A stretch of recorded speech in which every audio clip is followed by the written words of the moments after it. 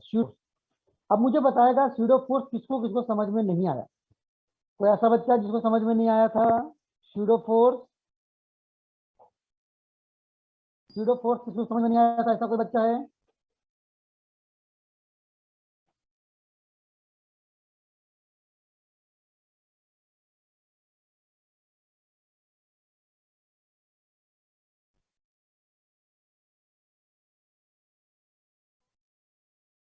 ठीक है, अच्छी बात है, सबको समझ में आ गया। अब हम लोग शुरू करें अगला, फ्रिक्शन। देखो बाबू, नेक्स्ट टॉपिक लिखो, क्या लिखना है? फ्रिक्शन लिखना है। लिखो सभी लोग, फ्रिक्शन लिखो। अगला टॉपिक हम लोग शुरू कर रहे हैं, फ्रिक्शन। फ्रिक्शन सभी लोगों को थोड़ा बहुत तो आइडिया है ना? ठीक है, थोड़ा बहुत यह सब लोगों को है। ठीक है, जैसे देखो, ध्यान दो,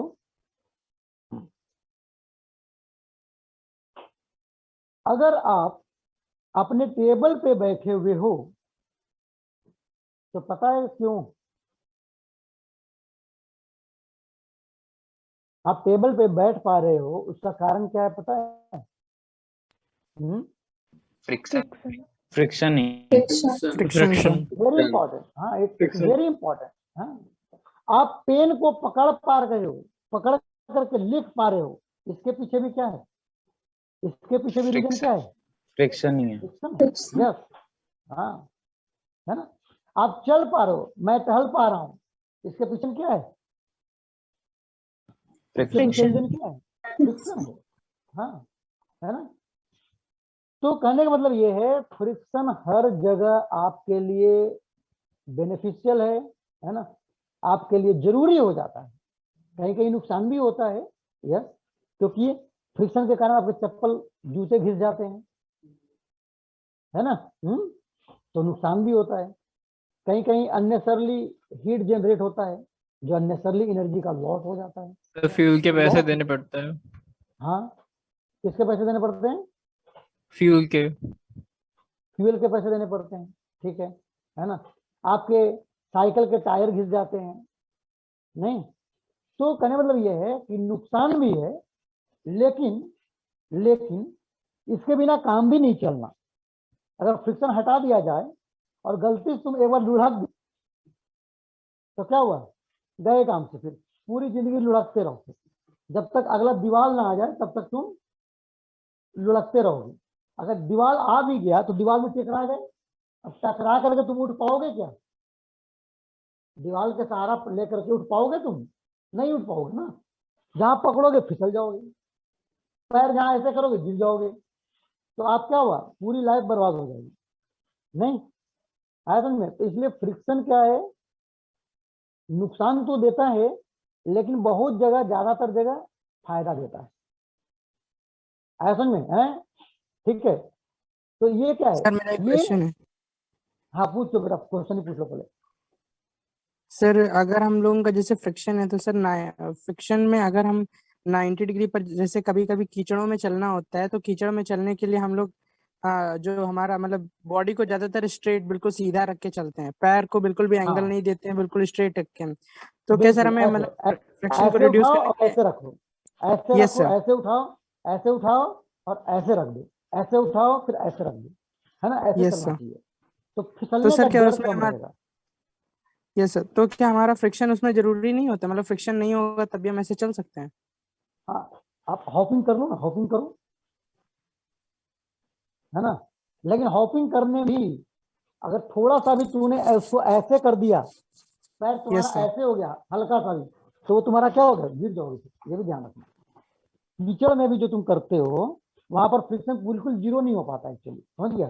ये थोड़ा बहुत मिस्टेक भी होता है ना, अगर जो सीधा ना पड़े, थोड़ा टेढ़ा ही पड़ता है, तुम बच जाते हो। लेकिन अगर आइडियली फ्रिक्शन जीरो रहे, है ना, तो बिल्कुल हॉपिंग प्रॉपर होना चाहिए, ऐसे, है ना? अगर थोड़ा सा भी ऐसे हुआ ना, ऐसे, तो गए काम से। आया समझ में? That is the point. Yes, okay sir. ठीक है, हाँ। हाँ, तो क्या बोला था बेटा? फ्रिक्शन क्या है? फ्रिक्शन आपके लिए जीवन में बहुत ही बहुत ही बहुत ही जरूरत है। ठीक है, जितना आपको नुकसान तो करता है, लेकिन फायदा भी करता है, और ज्यादातर आप फायदा उठाते हो। आप लोग क्या करते हो, आप लोग स्टूडेंट लाइफ में ज्यादातर फायदा ही उठाते हो, नुकसान कम है कि नहीं? जूता चप्पल ही तो खिंचवाते हो और क्या करते हो, है ना? बाकी पढ़ाई लिखाई तो सब पढ़ाई लिखाई करते हो, पेन से लिखते हो, सब फ्रिक्शन चाहिए तुमको, नहीं बैठते हो, हैं? सब में फ्रिक्शन तो चाहिए ही चाहिए। तो ये बेटा क्या है, फ्रिक्शन एक ऐसी चीज है जो दिक्कत तो है लेकिन जरूरी है ना? तो क्या लिखते हैं बेटा, फ्रिक्शन इज लिख लो, friction is a necessary evil. क्या हो गया, नेसेसरी इविल है। क्या है बाबू, लिखो, फ्रिक्शन इज, लिख लो बाबू सभी लोग, फ्रिक्शन इज नेसेसरी इविल, लिख लो बाबू, है ना? Friction is necessary evil. Evil मतलब क्या होता है, दुश्मन, दुश्मन। हाँ दुश्मन, है ना? तो ये फ्रिक्शन है तो दुश्मन लेकिन जरूरी है, ठीक है? नहीं, अब जैसे देखो, अब आप लोग क्या करते हो, घर में गलतियां करते हो तो मम्मी डांट देती है? तो क्या करते हो, मम्मी ना डांटे? अगर नहीं डांटोगे तो तुम लोग जो इतना काबिल बने हो आज तक, इतना काबिल बन पाते नहीं, बन पाते, है कि नहीं? है? तो मम्मी का डांट जरूर खराब है, बुरा लगता है कभी कभी, लेकिन आज उसी के बदौलत आप इतने अच्छे काबिल 11th में पहुंच गए हो, अच्छे नंबर 10th पास करके, और आगे IIT का भी ख्वाब देख रहे हो, है ना? और मम्मी की बात मानते रहोगे तो पूरा भी हो जाएगा, ठीक है? मम्मी के साथ साथ टीचर लोग का भी काम आता है। मैं भी डांट देता हूँ आप लोगों को, बुरा भी लग जाता हो कभी कभी, है ना, कि सर तो डांट दिए भाई आज, नहीं, लेकिन बेटा इसी डांट को खा करके इसमें से बहुत से लोग IIT निकल जाएंगे, और जो IIT नहीं भी निकलेंगे उनका भी कहीं ना कहीं लाइफ अच्छी जगह सेट हो जाएगा, 100% गारंटी। जितने भी बच्चे इसमें हैं वो डांट जरूर खाते हैं मेरा, लेकिन डांट खा के आप लोग, हर बच्चे की कैरियर और लाइफ एक नंबर हो जाएगा, ये पूरी गारंटी है। ऐसा में है, क्यों? क्योंकि ये डांट भी वैसे ही है जैसे फ्रिक्शन है, बिना डांट के तुम लोग सुनोगे नहीं, अच्छा करोगे नहीं, करते नहीं हो, है ना? डांट खाने से क्या होता, तुम अलर्टनेस हर तरफ डांटेंगे भाई, पढ़ाई कर लो, है ना? ठीक है, होमवर्क टाइम पे कर लो। तो ये जब होमवर्क करते हो, पढ़ाई करते हो, तो तुम कुछ सीखते हो, पंक्चुअलिटी भी आती है, और कुछ सीखते भी हो, उसको यूज करके तुम क्या करोगे, एग्जाम निकाल लोगे, अच्छी जगह तुम्हारा सिलेक्शन हो जाएगा, नौकरी लग जाएगा, लाइफ अच्छी चलेगी, समझा? तो ये सब क्या है, ये सब थोड़ी देर के लिए खराब तो लगता है, लेकिन उससे ज्यादा काम आता है लाइफ में, ठीक है? तो ये सब चीज क्या है, मम्मी का डांट, टीचर का डांट, है ना, ये सब क्या है, ये सब नेसेसरी, बिल्कुल फ्रिक्शन की तरह, है ना? इसके बिना तुम्हारा काम ही नहीं चलेगा, है कि नहीं? अगर टीचर तुमको गाइड ना करे, कभी डांट के कभी दुलार से, है ना, मम्मी तुमको ना डांटे, हैं, तो तुम लड़के लोग बिगड़ जाते, देखा ना? तुम्हारे दोस्त लोग, तुम लोग तो बेटा यहाँ पढ़ाई कर रहे हो, तुम्हारे दोस्त बहुत से ऐसे होंगे जो क्या करें, पढ़ाई के बदले कहीं और रहे होंगे, है कि नहीं? है, पढ़ाई के बदले कुछ और कर रहे होंगे, और तुम लोग पढ़ाई कर रहे हो, क्यों? क्योंकि आपकी मम्मी कभी डांटती है, कभी दुलारती है कि बेटा पढ़ लो, पढ़ने से ऐसा होगा वैसा होगा, है? तो आप लोग लाइन लेंथ पकड़ के बैठे, ठीक है? फ्रिक्शन क्या हो गया बेटा, इज ए नेसेसरी इविल हो गया। क्या हो गया, friction is a necessary evil. अब जरा बात समझ में ये आती है कि आखिर फ्रिक्शन होता क्यों है। सबसे बड़ी बात यह है कि फ्रिक्शन होता क्यों है, ठीक है? तो देखो बाबू, आपको देखने से ये लग रहा होगा कि मेरा सर का बोर्ड जो है, व्हाइट बोर्ड, बिल्कुल चिकन स्मूथ 100%, ऐसा लग रहा है बाबू? देखने से लग रहा है ना कि सर का व्हाइट बोर्ड जो है बिल्कुल स्मूथ है, स्मूथ है बिल्कुल, है ना? कुछ नहीं होना, आराम से, है ना, कुछ नहीं होना। लेकिन अगर इसको तुम माइक्रोस्कोपिक लेवल पे देखोगे, है ना, माइक्रोस्कोप से देखोगे, माइक्रोस्कोपिक लेवल पे छोटी छोटी चीजों पे, तो पता है ये चिकना दिख रहा है ना तुमको, स्मूथ, ये पता है कैसा है, ये तुमको ऐसा दिखेगा, ऐसा दिख सकता है बाबू, है कि नहीं? अगर माइक्रोस्कोपिक लेवल पे देखोगे बिल्कुल बारीकी से, तो आपको ये चिकना नहीं दिखेगा, स्मूथ नहीं दिखेगा, ये आपको ऐसा दिखेगा, रफ उबड़ खाबड़ दिखेगा। क्या दिखेगा? रफ दिखेगा, उबड़ खाबड़ दिखेगा। समझ रहे हो मेरी बात को? है बाबू? क्या दिखेगा? ये रफ दिखेगा। अब इस पे मान ले जाए कि ये मार्कर है, ये क्या है? मार्कर। अब ये भी तुमको स्मूथ होगा कि ये भी स्मूथ है सर का, है ना? ठीक है।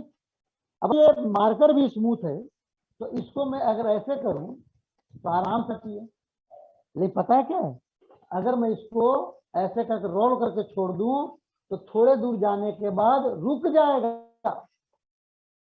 अब क्यों रुकेगा भाई? जब तुमको ये भी स्मूथ है, ये भी स्मूथ है, तो रुकना क्यों चाहिए? क्यों रुकना चाहिए भाई? नहीं रुकना चाहिए ना, लेकिन रुक रहा है। क्यों?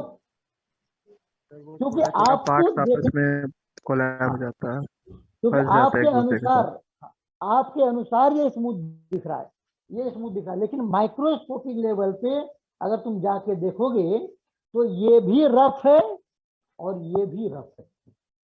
ठीक है। और रफ होने की वजह से होता क्या है, जब ये इस पे रखते हैं ना ऐसे, जब ये ऐसे रखते हैं तो होता क्या है, सरफेस मान लीजिए ये है, ठीक है, इसमें क्या है? ऊबड़ खाबड़ है, ऐसे नीचे ऊपर, और ये दूसरा ऑब्जेक्ट है। अब इसको रख दिया तूने तो क्या हो गया? देख रहे हो, ये एक दूसरे के गड्ढे में चला गया, है ना? अब तुम अगर इसको मूव करना चाहोगे तो ये फंसाएगा नहीं, फंस गया ना ये, तो ये आसानी से नहीं जा पाता है, आसानी से नहीं जा पाता, इसको ओवरकम करके जाना पड़ता है। तो ये ऑब्जेक्शन आ गया, ये इसको जाना है इधर, इसको जाना है इधर, लेकिन ये क्या कर रहा है? ये इसको अपोज कर रहा है पीछे की तरफ, है समझ में? तो ये हमेशा ऑपोजिशन आता है टुवर्ड्स द मूवमेंट ये आगे करना चाह रहा है और ये इसको रोक रहा है पीछे की तरफ। तो ये जो ऑपोजिशन आया, opposition in the movement due to the roughness of the surfaces in contact, जो दो सरफेस आपस में कॉन्टैक्ट में हैं और इनके बीच में जो रफनेस है, उसके वजह से ये क्या हो रहा है? फंस रहा है एक दूसरे में और मूव करने में ऑपोजिशन आ रही है। इसी ऑपोजिशन को नाम देते हैं हम फ्रिक्शन। क्या नाम देते हैं बाबू? क्या नाम देते हैं? इसी को बोलते हैं फ्रिक्शन। समझ में आ गया सबको? समझ में आ गया सबको बाबू? Yes sir. है? किसको फ्रिक्शन बोलते यस हैं? सर, क्लियर है। बहुत अच्छी बात है बेटा। देखो ये एक सरफेस देखो ऐसे है और दूसरा सरफेस ऐसे है। अब अगर तुम इसको इधर लेके जाना चाहोगे तो क्या होगा? ये इधर फंसेगा बाबू? नहीं फंसेगा। यहाँ फंसेगा कि नहीं फंसेगा? यहाँ फंसेगा कि नहीं फंसेगा? ये फंसेगा कि नहीं फंसेगा? तो जब तुम इसको इधर लेके आना चाहोगे तो इधर फंस गया, है ना?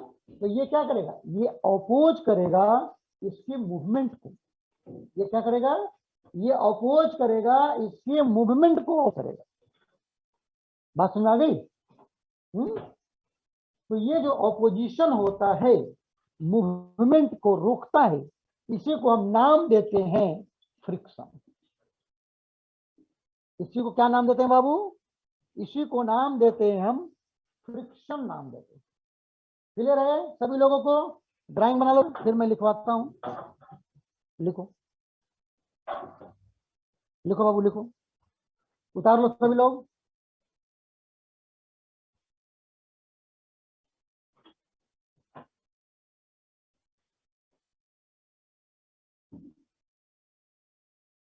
करिए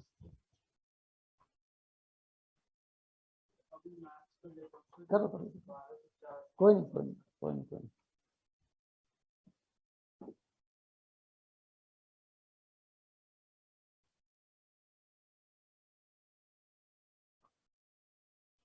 आ रहा है भाई,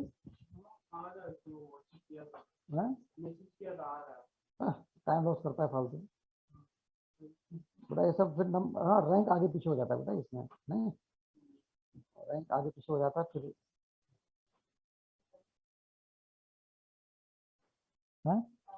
पढ़ नहीं आया ना, यानी मेरा मोटर फिर से खराब हो इसमें। तो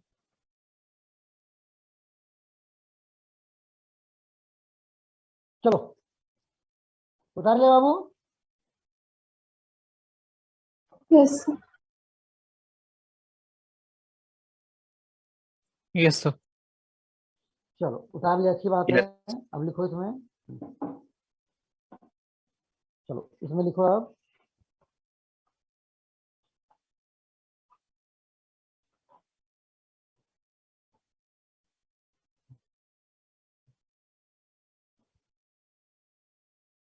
चलो लिखो whenever a body, लिखो whenever a body moves, whenever a body moves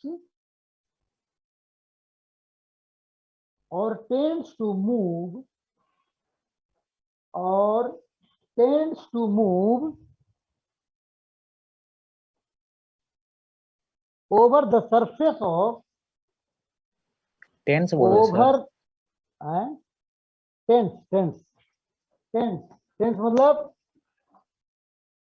जाता हुआ दिखे, प्रतीत हो ना, ऐसा ये कोशिश करे। ठीक है ठीक है, लिखो whenever a body moves or tends to move over the surface of another body, over the surface of another body,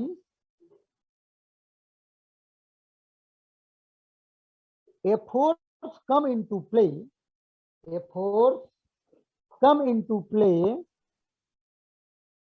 which acts parallel to the surface, which acts parallel to the surface of contact, which acts parallel to the surface of contact and opposes the relative motion. Sir another body के बाद क्या बोले? Another body, comma देके लिखो, a force come into play, a force comes into play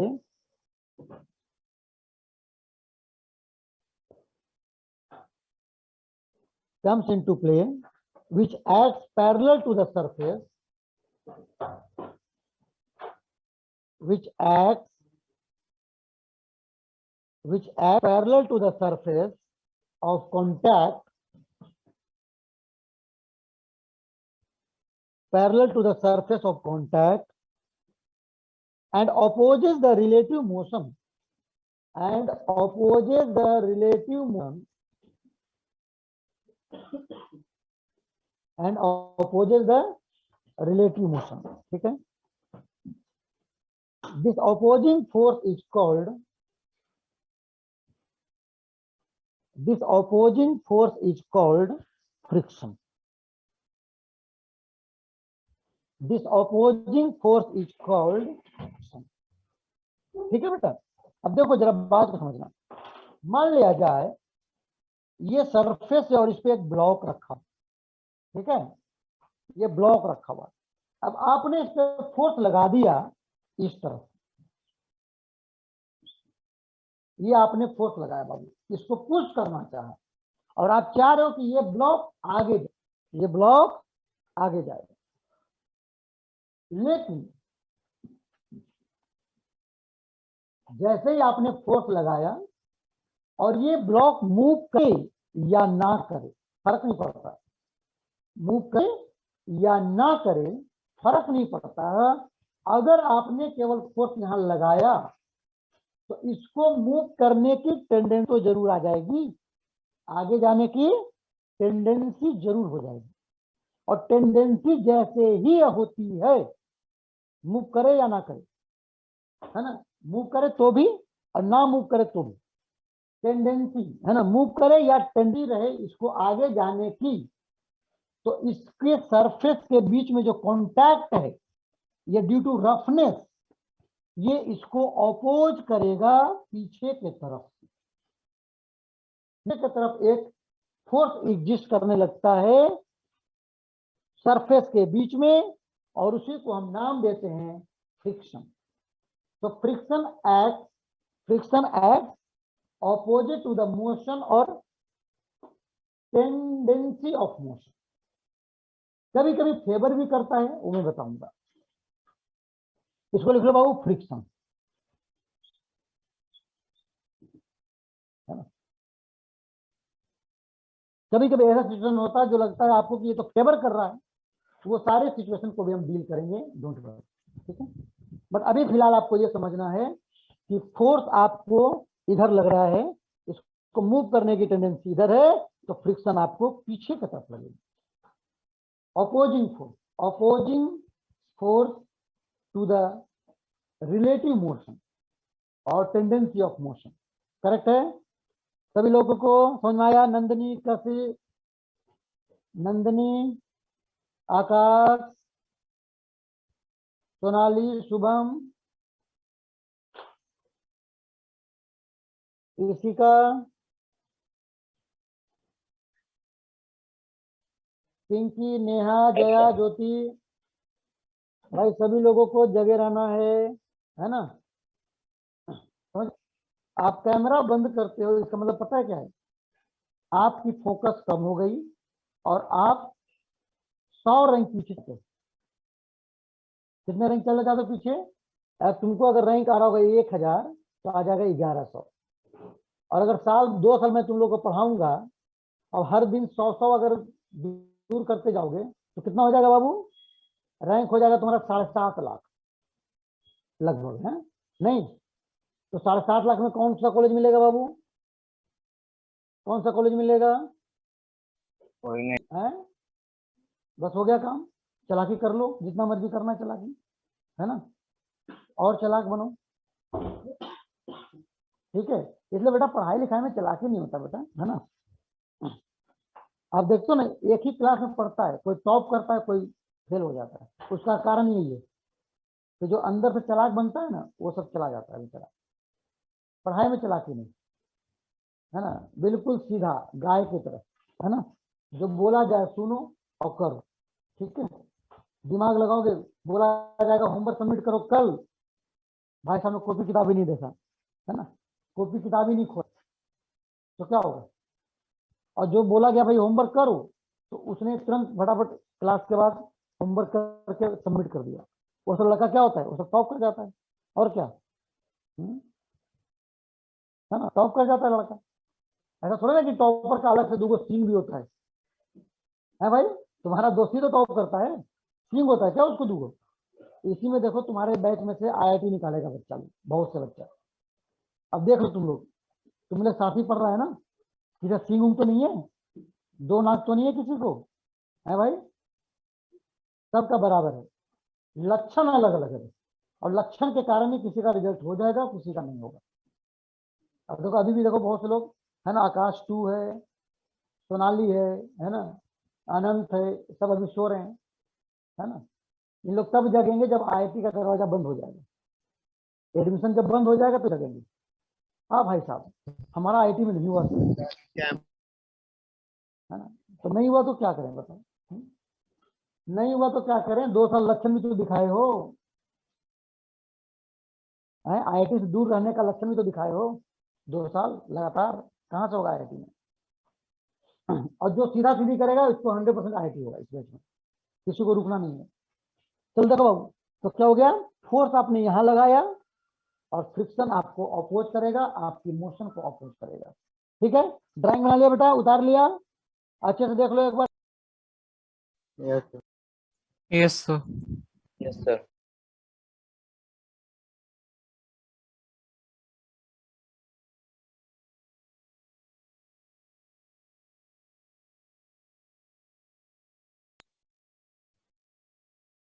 अच्छा अब देखो जरा ध्यान दो यहाँ पे। अब मान लिया जाए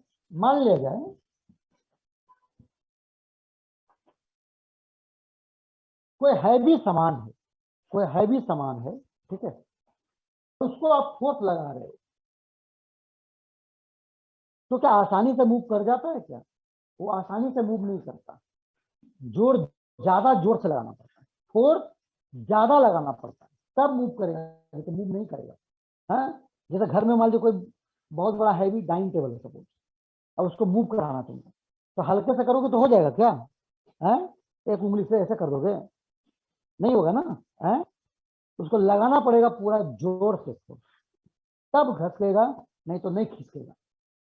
क्यों? देखो, अगर यहां पर मान लीजिए इसको मूव कराने के लिए कम से कम 5 न्यूटन फोर्स चाहिए, कम से कम मान ले जाए 5 न्यूटन फोर्स तो चाहिए ही चाहिए।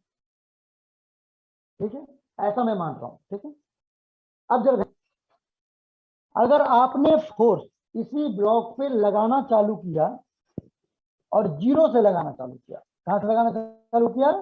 जीरो से लगाना चालू किया, और धीरे धीरे तुम बढ़ा रहे हो, जीरो किया आपने, 1 किया आपने, 2 किया, 3 किया, 4 किया, 4.9 किया, तो क्या ये मूव करेगा? No. नहीं करेगा सर। क्या ये मूव करेगा? नहीं नो करेगा। सर। क्योंकि इसको मूव करने के लिए मिनिमम 5 न्यूटन का फोर्स तो लगाना पड़ेगा। तो अप टू 4.9 अगर ये मूव नहीं किया है, तो क्यों नहीं किया भाई साहब? क्यों नहीं किया? क्योंकि जब तुम फोर्स यहां लगा रहे थे तो इसको रोकने वाला भी कोई चाहिए, है ना? बैलेंस फोर्स होना चाहिए ना भाई, नेट फोर्स जीरो होना चाहिए। यानी कि अगर जिस समय तुम जीरो फोर्स लगा रहे थे उस समय फ्रिक्शनल फोर्स कितना होगा? तो अगर जिस समय जीरो फोर्स तुम लगाए हो और ये मूव नहीं कर रहा है, इसका मतलब क्या हुआ? इसका मतलब ये हुआ कि जीरो फोर्स लगा ऑपोजिंग, है ना? और नहीं तो अगर बोलोगे कि फ्रिक्शन इधर लग रहा है कंटिन्यूअस 5 न्यूटन, तो तुम जिस समय जीरो लगा रहे हो तो 5 न्यूटन तो ये लग ही रहा है, तो ये तो इधर चल पीछे आने लगना चाहिए, ये ब्लॉक क्या करना चाहिए? पीछे आना चाहिए। ऐसा होता है क्या? No sir. ऐसा नहीं होता है ना। जब तुमने जीरो फोर्स लगाया है आगे, तो पीछे का फ्रिक्शनल फोर्स भी जीरो है। जब तुमने 1 न्यूटन लगाया है आगे, तो फ्रिक्शनल फोर्स भी कितना लगना चाहिए? पीछे का 1 न्यूटन ही लगना चाहिए, तभी तो जीरो होगा, नेट फोर्स जीरो है कि नहीं? अगर ये ज्यादा 5 न्यूटन लगेगा तो फिर क्या हो जाएगा? 1 न्यूटन आपने इधर लगाया और 5 न्यूटन इधर लगाया, तो नेट फोर्स क्या हो गया? 4 न्यूटन पीछे का तरफ। तो ये तो पीछे जाना चाहिए, फिर पीछे जाता है क्या? पीछे नहीं जाता है। क्यों? क्यों नहीं जाता है पीछे? है ना, क्यों नहीं जाता है पीछे?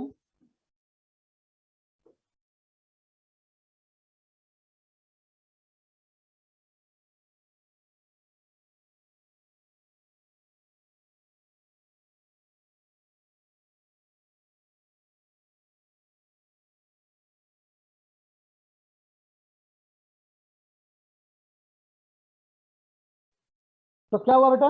जिस समय तुम 2 न्यूटन का फोर्स लगाओगे आगे का, उस समय फ्रिक्शन तुम्हारा 2 न्यूटन का पीछे लगेगा।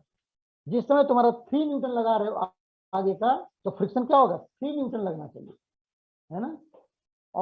और इसमें जब 4.9 न्यूटन तक पहुंचते हो तब तक मूव नहीं करता है, लेकिन जैसे ही 5 न्यूटन पहुंचते हो ये हल्का सा मूव करना चालू कर देता है। इसका मतलब क्या हुआ? इसका मतलब ये हुआ कि ये सरफेस के बीच में जो फ्रिक्शन है मैक्सिमम,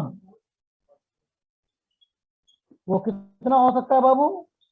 5 न्यूटन तक हो सकता है, इससे ज्यादा फ्रिक्शन नहीं हो सकता है। अगर तुम इससे ज्यादा फोर्स लगा दोगे तो ये बॉडी मूव करना चालू कर देगा, फिर ये नहीं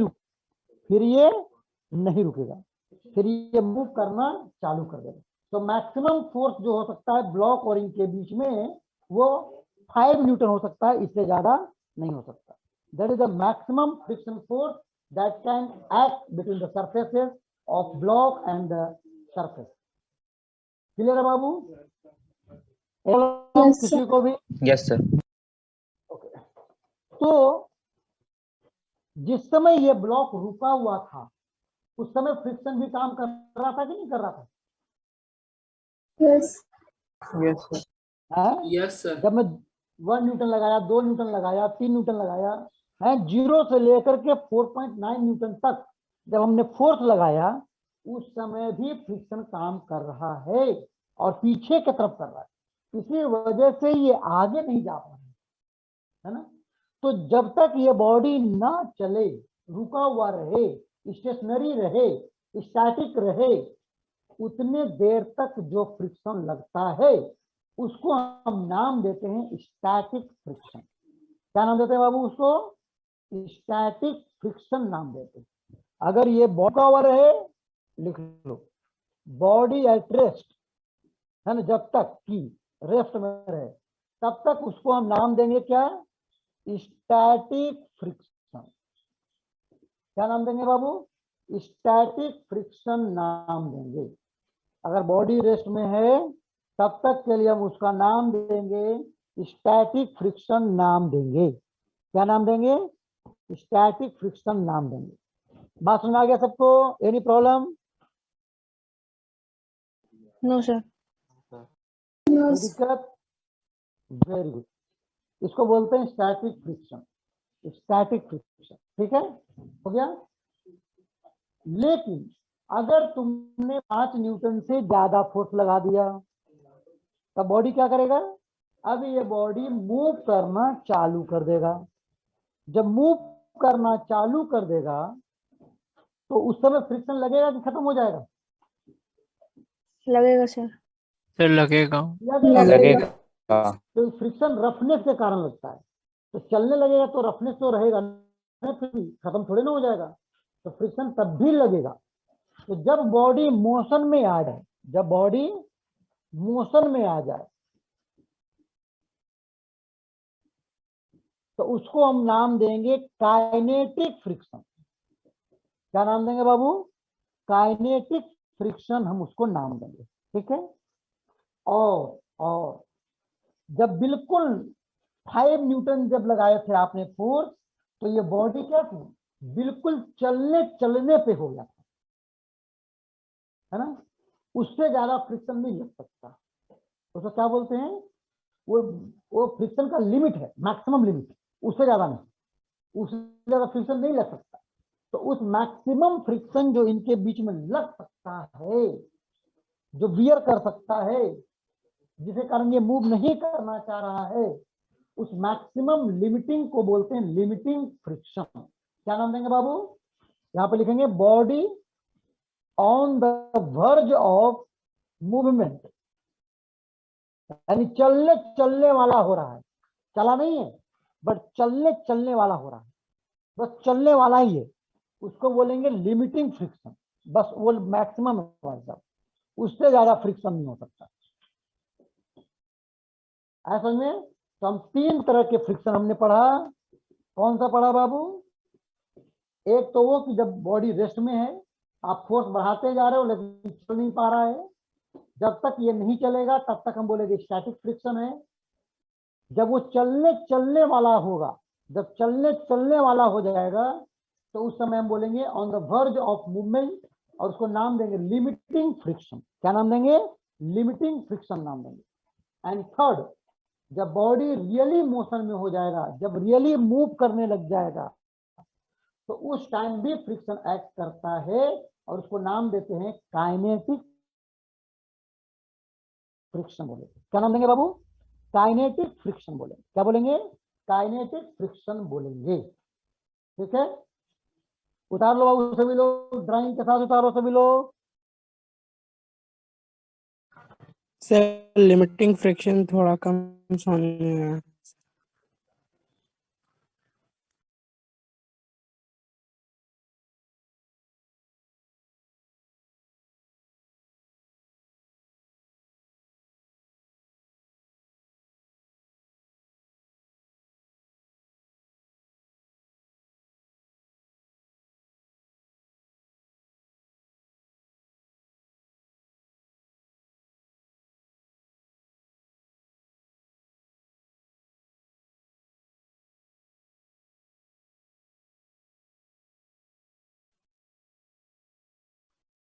चलो, हो गया बाबू? तो ये हुआ। अच्छा अब एक चीज बताओ यहाँ पर, एक चीज बताओ यहाँ पर हुआ क्या, यहाँ पर हुआ क्या बाबू, जब स्टैटिक फ्रिक्शन की हम बात कर रहे थे, हम स्टैटिक फ्रिक्शन की बात कर रहे थे, है ना, जब हम स्टैटिक फ्रिक्शन की बात कर रहे थे तो क्या हो रहा था, आप फोर्स बढ़ाते जा रहे थे, क्या कर रहे थे, फोर्स बढ़ाते जा रहे थे, है ना, तो ये चेंज हो रहा था, फ्रिक्शनल फोर्स की वैल्यू चेंज होते जा रहा था 0 से लेकर के 4.9 तक, है ना, ये मूव किया तो 0 से लेकर के 4.9 तक क्या कहलाएगा, स्टैटिक फ्रिक्शन कहलाएगा, जिसकी वैल्यू अपने आप बदल रही है, अपने आप बदल रही है। कैसे बदल रही है, जितना जोर से तुम यहाँ फोर्स लगा रहे हो उसके अकॉर्डिंग अपने आप फ्रिक्शन की वैल्यू 1, 2, 3, 3.5, 4, 4.9 तक अपने आप चेंज हो रही है, आपको बोलने की जरूरत नहीं है, अपने आप ये बढ़ते जा रही है। इसलिए हम स्टैटिक फ्रिक्शन को हम बोलते हैं सेल्फ एडजस्टिंग फ्रिक्शन ही बोलेंगे। क्या बोलते हैं, स्टैटिक फ्रिक्शन क्या होता है, ये सेल्फ एडजस्टिंग फ्रिक्शन होता है, यानी अगर इसके लिमिट के अंदर है तो खुद एडजस्ट कर लेगा, जितना चाहिए उतना वो लगा देगा ताकि बॉडी रुका हुआ रहे, लेकिन इसकी लिमिट के बाहर हो जाएगा तो फिर कुछ नहीं कर पाएगा, फिर भाई है ना बॉडी मूव कर जाएगी।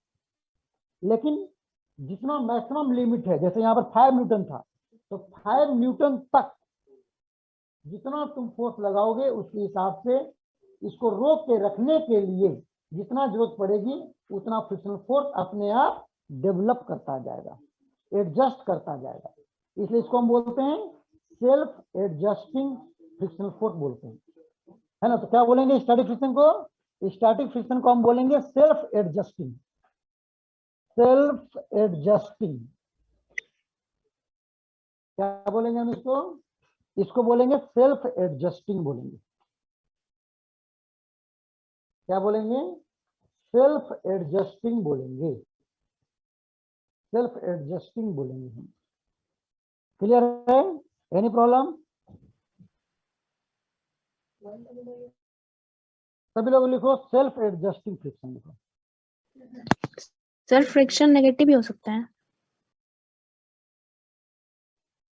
फ्रिक्शन हमेशा जिधर मूव करता है और बॉडी या मूव करने की टेंडेंसी होती है उसके ऑपोजिट ही लगता है, उसके ऑपोजिट ही लगता है, इसलिए फ्रिक्शन निगेटिव होता है, ठीक है, डायरेक्शन में उल्टा होता है ना, ऐसा में क्लियर हो गया। तो क्या बोलेंगे, सेल्फ एडजस्टिंग फ्रिक्शन बोलते हैं। सर लिफ्टिंग फ्रिक्शन क्या होता है,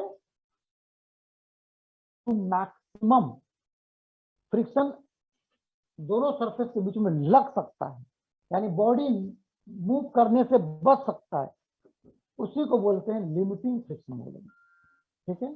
और जब मूव करना चालू हो गया तो उसको हम बोलते हैं काइनेटिक फ्रिक्शन बोलते हैं, ठीक है। तो अगर मैं इसको ग्राफ से दिखाना चाहूं, इसको अगर मैं ग्राफ से दिखाना चाहूं तो देखो मैं ग्राफ से कैसे दिखाऊंगा, मान लिया जाए ये आपका फोर्स चला, फोर्स कौन सा, जो तुम लगाते हो एक्सटर्नल, है ना, और इधर क्या वाई एक्सिस पे मैंने लिया है फ्रिक्शन, ये स्मॉल एफ है बाबू और ये कैपिटल एफ है, ठीक है, और ये 0। तो अगर मैं 0 से फोर्स को, एक्सटर्नल फोर्स ये वाला है, ये वाला, इसको मैं धीरे धीरे बढ़ाते जा रहा हूं 0 से, ठीक है, तो फ्रिक्शन का क्या होगा वो मुझे रीड करना है, इसको एक्स पे लिया है, इसको मैंने वाई पे लिया है, तो क्या होगा, जैसे जैसे तुम एक्सटर्नल फोर्स को बढ़ाते जाओगे, जैसे जैसे तुम एक्सटर्नल फोर्स को बढ़ाते जाओगे 0 से, तो फ्रिक्शनल फोर्स भी धीरे धीरे बढ़ता जाएगा, डायरेक्टली प्रोपोर्शनल, ठीक है। लेकिन ये अनलिमिटेड नहीं हो सकता भाई साहब, है ना, कोई टेबल रखा हुआ है तो कम फोर्स लगा तो रुका रहता है, लेकिन तुम जोर से दम लगा दोगे तो टेबल चल देता है ना, टेबल मूव कर जाता है, क्यों, क्योंकि एक लिमिट होता है, मैक्सिमम लिमिट, लिमिटिंग फ्रिक्शन जिसको तुम बोल रहे हो, है ना, तो मैक्सिमम लिमिट मान लीजिए यहां तक है बेटा, है ना, मान लीजिए यहां तक आ गया, इससे ज्यादा फ्रिक्शन बियर नहीं कर सकता, नहीं डेवलप हो सकता, है ना। तो इसको हम बोलते हैं लिमिटिंग फ्रिक्शन। इसको क्या बोलेंगे हम? एफएल, स्मॉल एफएल से रिप्रेजेंट कर रहा हूं मैं, इसको बोलेंगे एफएल। और इसको बोलेंगे यहां से यहां तक को हम क्या बोलेंगे बाबू? एफएस।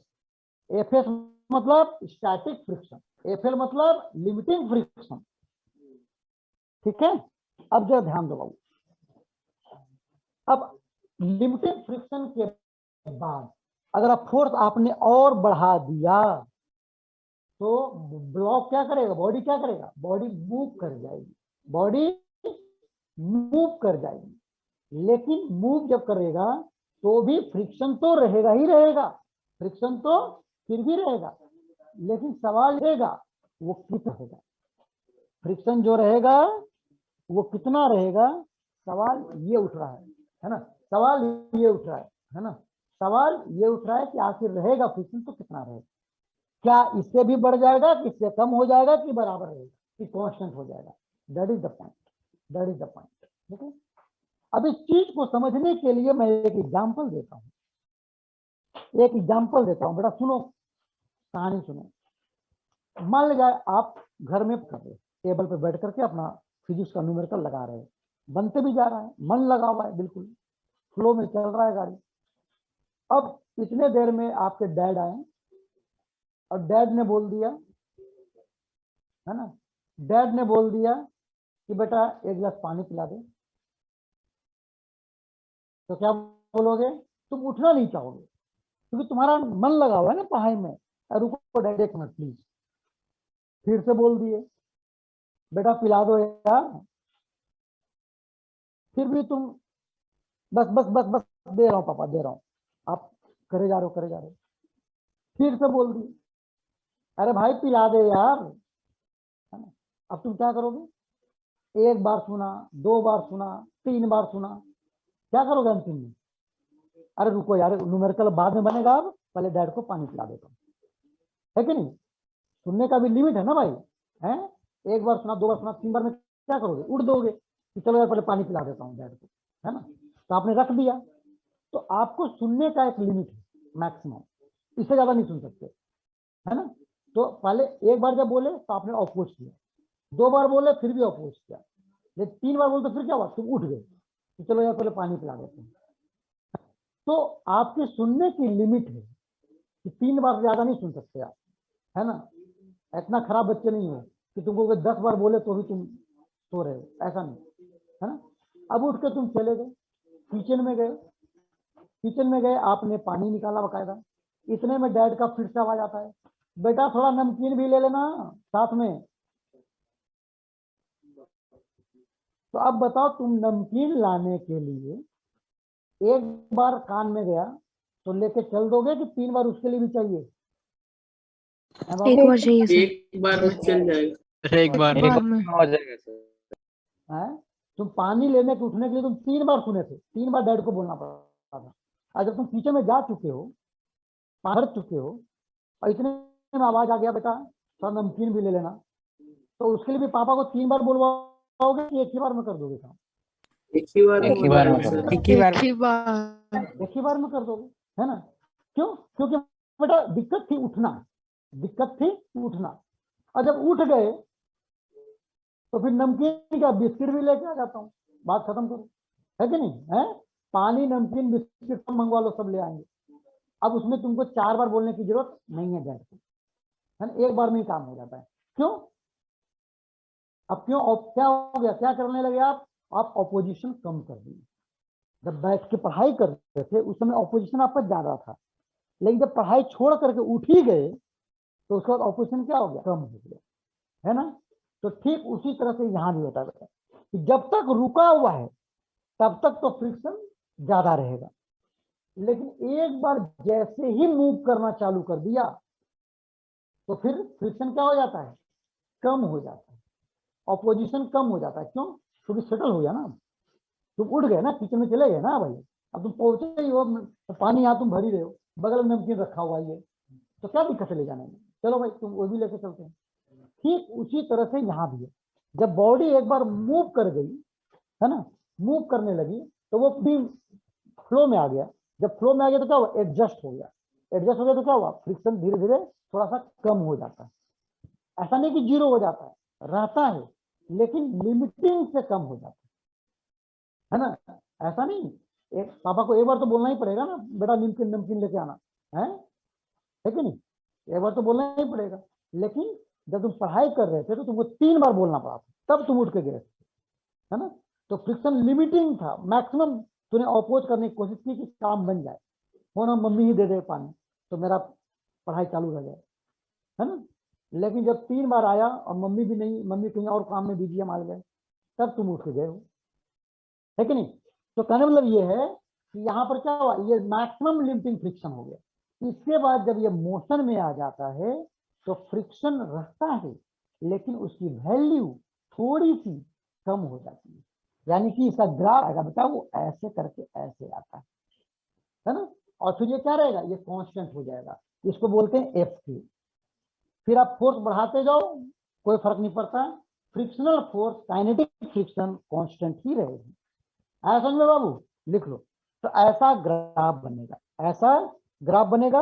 ये हुआ स्टैटिक फ्रिक्शन, ये क्या है बेटा, अप टू हेयर क्या हो रहा है, जैसे जैसे तुम फोर्स बढ़ा रहे हो फ्रिक्शनल फोर्स स्टैटिक फ्रिक्शन की वैल्यू भी बढ़ती जा रही है, इसलिए हम इसको क्या बोलेंगे, सेल्फ एडजस्टिंग, सेल्फ एडजस्ट करते जा रहा है बेचारा। ये जितनी जरूरत है उतना दे रहा है, जितनी जरूरत है उतना दे रहा है ऑटोमेटिकली, इसलिए किसको बोलते हैं, सेल्फ एडजस्टिंग फ्रिक्शन बोलेंगे।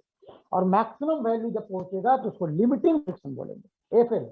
और जब एक बार चलना चालू कर देगा तो फ्रिक्शन थोड़ा कम हो जाएगा और कांस्टेंट हो जाएगा, इसको हम काइनेटिक फ्रिक्शन बोलते हैं, इसको हम काइनेटिक फ्रिक्शन बोलते हैं। उतार लो बेटा सभी लोग।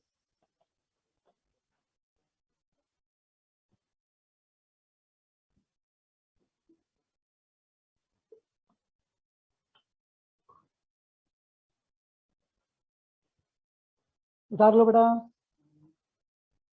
समझ में आ गया सबको,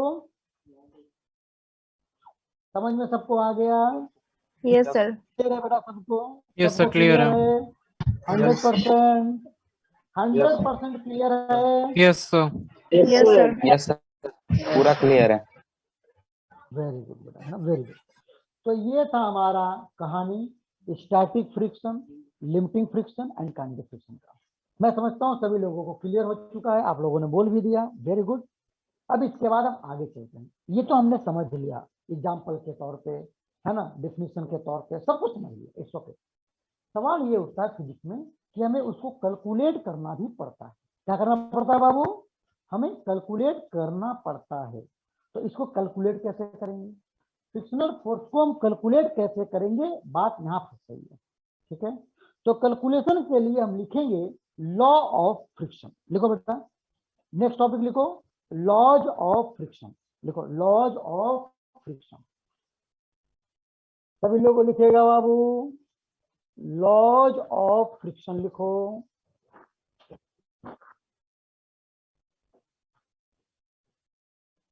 भाई इस बैच में कोई ऐसा बच्चा नहीं रहना चाहिए जिसको समझ में थोड़ा कम आ रहा हो, सबको पूरा 100% समझना है, ठीक है।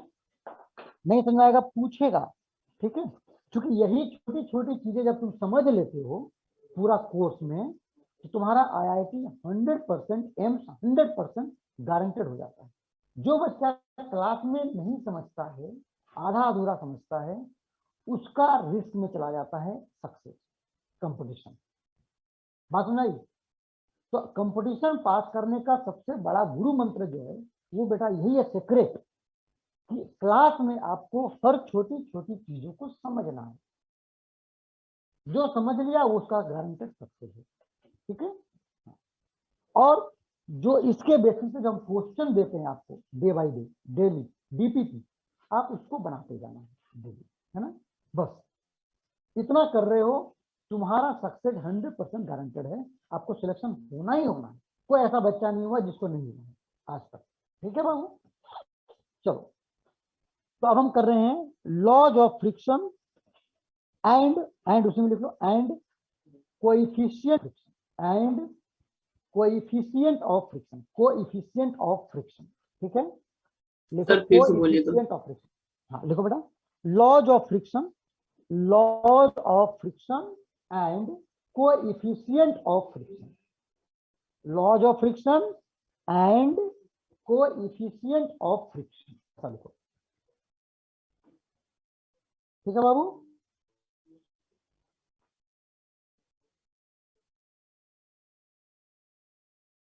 तो सबसे पहले हम लिखेंगे इसमें, पहला लिखो लॉज ऑफ लिमिट फ्रिक्शन। बेटा क्या लिख रहे हैं हम लोग? लॉज ऑफ लिमिटिंग फ्रिक्शन, यानी लिमिटिंग फ्रिक्शन जो मैक्सिमम टू मैक्सिमम फ्रिक्शन लग सकता है, उसके पीछे क्या लॉ है हम वो जानना चाह रहे हैं। ठीक है, ओके है ना। तो लिखो बेटा, एफएल बोलो या एफ एस मैक्स बोलो, तो कहिए है बाबू। स्टैटिक फ्रिक्शन का जो मैक्सिमम वैल्यू होता है उसी को तो हम बोलते हैं लिमिटिंग फ्रिक्शन, है बाबू। Yes sir. Yes, sir. Yes, sir. रुका हुआ में जो मैक्सिमम टू मैक्सिमम लगता है फ्रिक्शन, उसी को तो बोलते हैं लिमिटिंग फ्रिक्शन।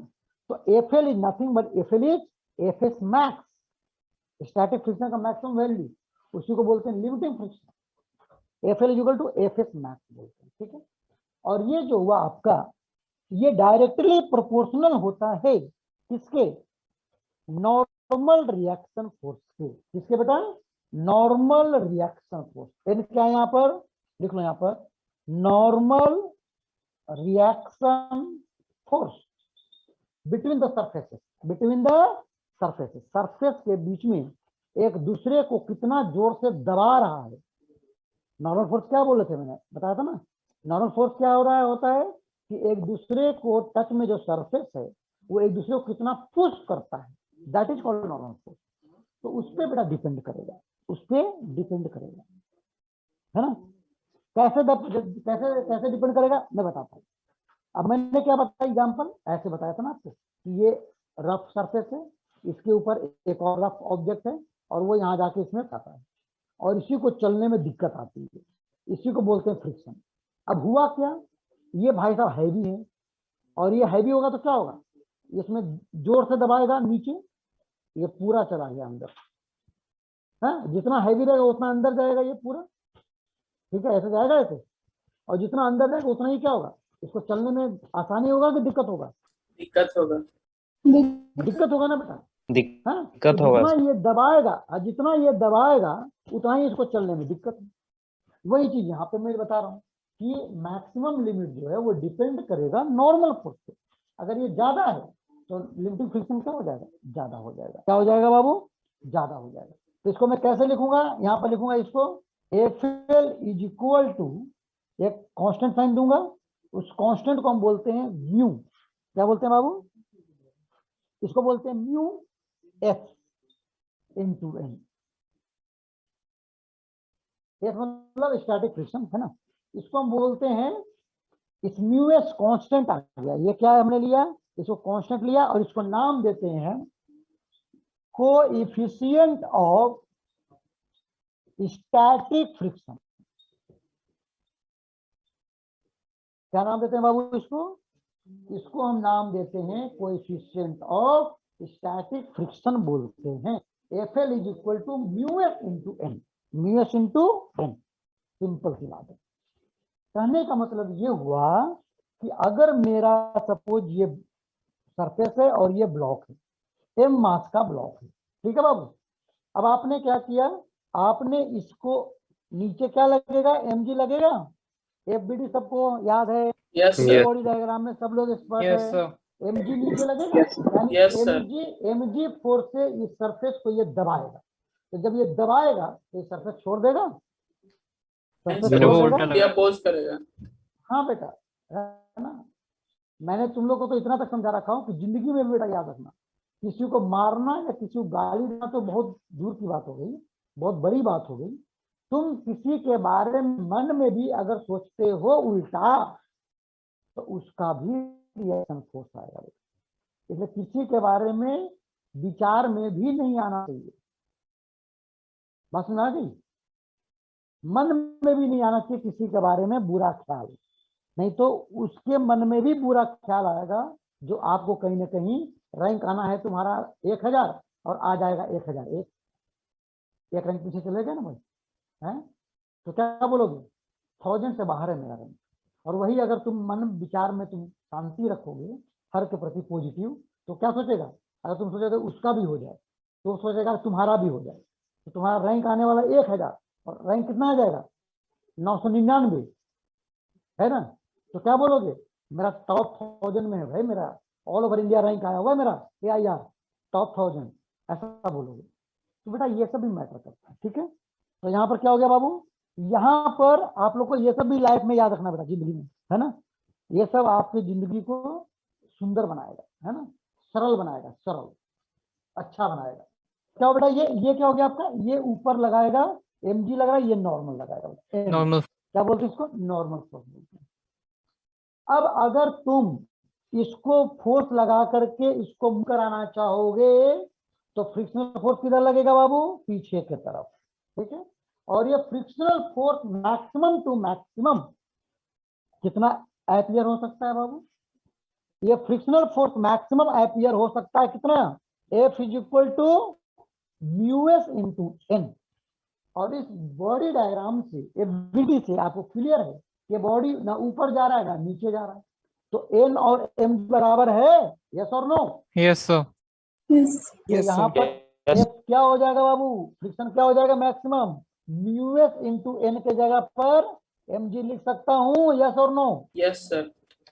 यस बस हो गया काम, तो हो गया काम बाबू। सर तो म्यूएस का कुछ वैल्यू होता है? हाँ बेटा ये दिया रहेगा, ये कोएफिशिएंट ऑफ फ्रिक्शन होता है, ये आपको याद नहीं करना है, it will be given to you in every question. क्यों, क्योंकि अगर ये मार्कर है तो मार्कर और मेरे हाथ इनका सरफेस कांटेक्ट अलग हो गया, तो इनका म्यू की वैल्यू अलग होगा। यही मार्कर जब बोर्ड पे चलेगा तो इनके बीच का कांटेक्ट अलग हो गया, हाँ, यस सरफेस सर। का नेचर बदल गया ना, तो म्यू की वैल्यू अलग हो जाएगा। तो तुम कितना रटोगे, अगर तुम्हें बोल दूं बेटा तुम रट लो तो कितना रट पाओगे बताओ, संभव है? हैं? नहीं ये सर। पेन कभी तुम कॉपी पे चलाओगे, कभी टेबल पे चलाओगे, कभी हाथ पे चलाओगे, कभी माथे पे चलाओगे, कभी शर्ट पे चलाओगे, कहाँ है आप पॉसिबल, पॉसिबल है, पॉसिबल ही नहीं है। So it will be given to you in every question, so you don't have to be worried about these things, okay, you है ना, it will be given to you, just you have to use that, clear हो गया बाबू। Dimensionless अब इसी में है मेरे ये। क्वेश्चन कौन सा, ये हाँ डायमेंशनलेस होगा क्योंकि ये भी फ्रिक्शन फोर्स है, ये भी फोर्स है, तो यस। फोर्स बाय फोर्स क्या हो गया काम से। अब मैं बता रहा हूँ, इसी में क्वेश्चन बनाओ बेटा, अगर ये मास 10 kg है, कितना है 10 kg, और इन सरफेस के बीच का वैल्यू म्यू की वैल्यू है 0.2, तो आप बताओ इन ब्लॉक के बीच, इनके ब्लॉक पे फोर्स मैक्सिमम कितना हो सकता है, निकाल के दिखाओ। मास 10 kg का रखा गया बाबू ब्लॉक, और म्यू इन सरफेस के बीच में म्यू है, कोएफिशिएंट ऑफ स्टैटिक फ्रिक्शन 0.2, आपको बताना है कि आखिर इनके बीच में मैक्सिमम फोर्स कितना तक हो सकता है। 20 न्यूटन। 20 सभी लोगों को आया, सबको आया Yes. बाबू, यस हाँ? Yes sir. कितना आया 20. 20 न्यूटन। 20 न्यूटन। F म्यू क्या लिखेंगे बाबू 0.2, हाँ, M क्या लिखेंगे 10, G कितना लिखेंगे 10, हो गया है। अब यहाँ से क्या करेंगे, इससे ये कैंसिल हो गया तो क्या बचेगा 20। यानी कि इस ब्लॉक और सरफेस के बीच में जो मैक्सिमम फ्रिक्शनल फोर्स आ सकता है वो कितना आ सकता है बेटा, तो 20 न्यूटन आ सकता है, इससे ज्यादा नहीं आएगा, ठीक है, पहला क्वेश्चन।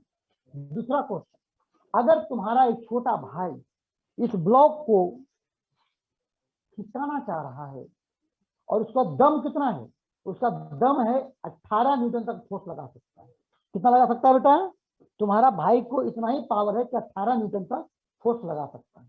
अब बताओ कि इस बॉक्स को खिसका पाएगा या नहीं खिसका नहीं पाएगा, नो सर। नहीं खिसका पाएगा, बिल्कुल करेक्ट आंसर, नहीं खिसका पाएगा, ठीक है। अच्छा अब जब ये बताओ कि जब वो तुम्हारा भाई खिसका रहा था तो उस टाइम पे मैक्सिमम फ्रिक्शनल फोर्स जो यहाँ पर एग्जिस्ट कर रहा होगा उसकी वैल्यू क्या रहा होगा? 18 सर 18 न्यूटन। 80 Newton sir. 18 की 20? 18 18 सर 20 को पीछे हो जाए। यस, जो 20 तो बेचारा दम ही नहीं है उसके पास लगाने का, 18 ही लगा सकता है। और ये फ्रिक्शनल फोर्स बहुत ही स्मार्ट है, सेल्फ एडजस्टिंग है, मौका देख के चौका मारने वाला। तो 18 न्यूटन अगर फोर्स लग रहा है तो फ्रिक्शन 18 फोर्स ही लगाएगा, 18 न्यूटन का ही लगाएगा, 20 नहीं लगा देगा। जबरदस्ती का नाटक नहीं है ना।